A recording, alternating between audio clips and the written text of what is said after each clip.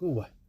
أصعب شيء هالأيام قعدة الصبح، وخاصة إذا رن المنبه وتبدي تدوس دقمة السنوز عشان ينبهك كل 5 دقايق. 5 دقايق هذه تسحب وياك 7 أيام قدام. بهال5 دقايق تشوف فيها أقوى أحلام تحس كأنه فيلم هندي ب3 ساعات، وهو ترى كله بهال5 دقايق.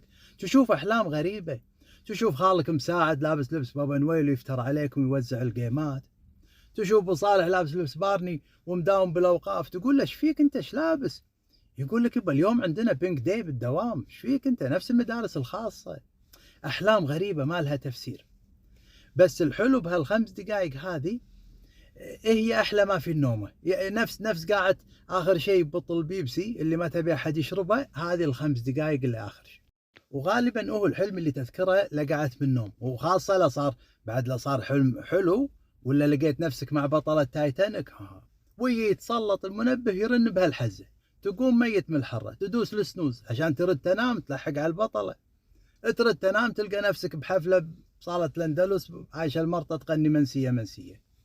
زين وين البطلة؟ وين جاك؟ كم باك. يلا.